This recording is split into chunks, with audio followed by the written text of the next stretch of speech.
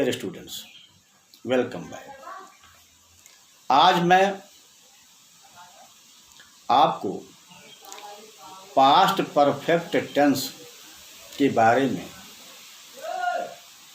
कुछ बारीकियों की जानकारी देने जा रहा हूँ। बारीकियों से तात्पर्य है कि प्रायः सभी लोग पिछली कक्षाओं में इस टेंस को पढ़े होते हैं, लेकिन आया राम गया राम, क्योंकि उस समय हमारे कतिपय साथी अपने बच्चों को, मैं मानता हूँ कि अपने बच्चों के साथ सही न्याय नहीं करते। उन्हें करना चाहिए, मैं शिक्षक भी हूँ।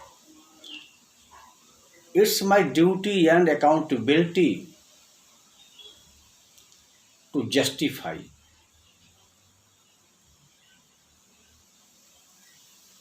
यह मेरी ड्यूटी, मुझे न्याय करना चाहिए। मुझे बच्चों को हर वो बारीकी बताना चाहिए। फिलहाल यदि आपको बताई गई है तो ऐसे शिक्षकों को मैं प्रणाम करता हूँ। यदि नहीं बताई गई है तो चूँकि मैं आपका शिक्षक हूँ, यह बताना मेरी जिम्मेदारी है, मैं उससे नहीं भाग रहा हूँ। आइए पास्ट परफेक्ट टेंस का अध्ययन करें। यह थोड़ा टिपिकल है, एक कम्बिनेशन ऑफ टू टेंसेज है। दो टेंसों को मिला करके एक टेंस बना हुआ है। आप कहेंगे ये कैसे? आप वाक्य बहुत सुनते हैं कि डॉक्टर के आने के पहले मरीज मर चुका था, मेरे स्टेशन पर जाने से पहले गाड़ी जा चुकी थी, पुलिस के आने से पहले चोर भाग चुका था। सुने हैं ना?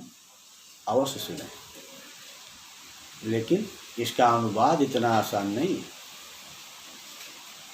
कहने में सुनने में तो बड़ा आसान है, बड़ा इंटरेस्टिंग है, लेकिन इसका अनुवाद थोड़ा टेक्निकल है बेटा। अब उसके लिए आप पहले सुन लीजिए। पास्ट परफेक्ट टेंस का प्रयोग हर जगह नहीं होता। It is not used at all places, कभी नहीं होता। पास्ट परफेक्ट टेंस का प्रयोग ऐसी दशा में होता है जहां भूतकाल में, जहां इन पास्ट टाइम्स दो कार्य हुए हों। मैंडेट। पास्ट परफेक्ट टेंस का प्रयोग ऐसी ही दशा में होता है जहां भूतकाल में, इन द पास्ट टाइम, गुजरे हुए समय में, अतीत काल में दो कार्य हुए हों जिनमें एक काम दूसरे काम के पहले हो गया, दोनों एक साथ न हुए। पास्ट परफेक्ट टेंस का प्रयोग हम लोग ऐसी स्थिति में ही करते हैं जब अतीत काल में दो कार्य हुए हों और दोनों कार्यों में एक कार्य दूसरे कार्य से पहले समाप्त हो गया। यह शर्त है इसकी कि एक काम पहले समाप्त होना चाहिए और दोनों काम भूतकाल में ही समाप्त होने चाहिए, तभी इस टेंस का प्रयोग होता है पास्ट परफेक्ट का, अन्यथा नहीं होता है। बहुत से लोग इसमें उलझ जाते हैं बेटा कि इसका मतलब क्या होता है। पढ़ा तो देते हैं कि डॉक्टर के आने से पहले मरीज मर चुका था, लेकिन इस टेंस का प्रयोग क्यों होता है, किस दशा में होता है, संभवतः यह कन्फ्यूजन आज तक आपके दिमाग में रहा होगा, जिसे मैं आज दूर करने का प्रयास करूँगा कि इस टेंस का प्रयोग past perfect tense is used in that situation when in past time two works has been done on different times. past perfect tense का प्रयोग प्रिय विद्यार्थियों ऐसी दशा में ही होता है जब अतीत काल में दो कार्य पूरे हुए हों, किंतु भिन्न भिन्न समयों पर पूरे हुए हों। एक काम पहले पूरा हुआ हो और दूसरा काम बाद में पूरा हुआ हो। जैसे डॉक्टर के आने के पहले मरीज मर चुका था। डॉक्टर के आने के पहले मरीज मर चुका था।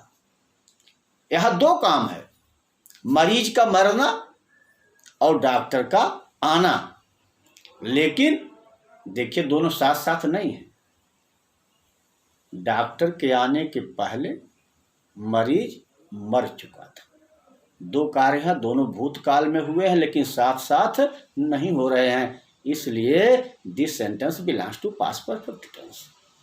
ये पास्ट परफेक्ट टेंस का वाक्य हो गया। इसी प्रकार जैसे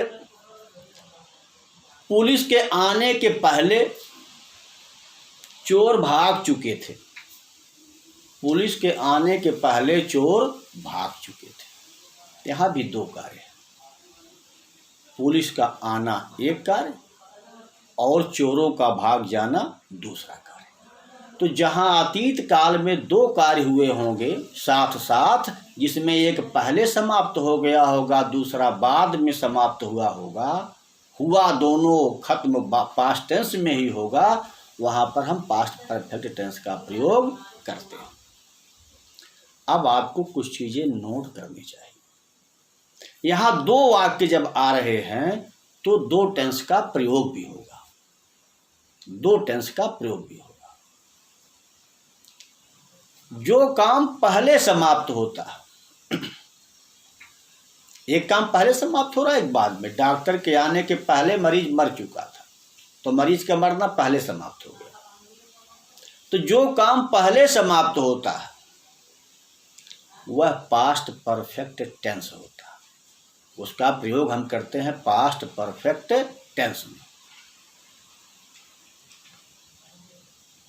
जो कार्य पहले समाप्त होगा उस वाक्य का प्रयोग हम पास्ट परफेक्ट टेंस में करते हैं, और जो कार्य बाद में समाप्त होगा उसका प्रयोग हम सिंपल पास्ट में करते हैं। Simple past means past indefinite.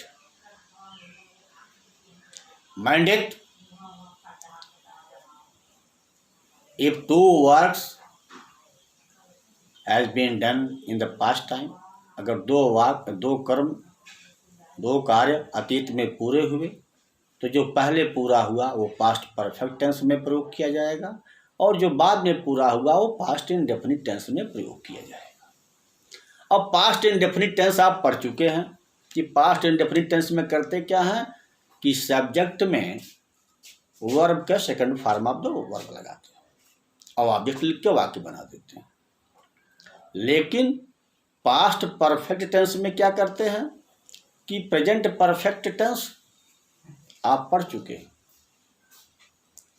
तो प्रेजेंट परफेक्ट टेंस जैसा ही यह भी होता है, लेकिन थोड़ा सा इसमें परिवर्तन होता है। प्रेजेंट परफेक्ट जैसा होता इसका ढंग, प्रेजेंट परफेक्ट जैसा होता इसका ढंग, लेता केवल हैड है, हैज हैव का रंग। वहाँ बेटा हैज और हैव का प्रयोग होता है, यहाँ हैज हैव की जगह हैड का प्रयोग होता है और third form of the verb लगता है, third form of the verb का प्रयोग किया जाता है। तो अब आपको ये माइंड करना चाहिए कि जो काम पहले समाप्त होता है, जो काम पहले समाप्त होगा वह होगा पास्ट परफेक्ट टेंस, और जो कार्य बाद में समाप्त होगा वह काम होगा सिंपल पास्ट। तो पास्ट परफेक्ट टेंस बनाने के लिए हमको चाहिए कि प्रेजेंट परफेक्ट टेंस का हम अध्ययन करें। उसमें प्रेजेंट परफेक्ट जैसा होता इसका ढंग, लेता केवल हैड है, हैज हैव का रंग।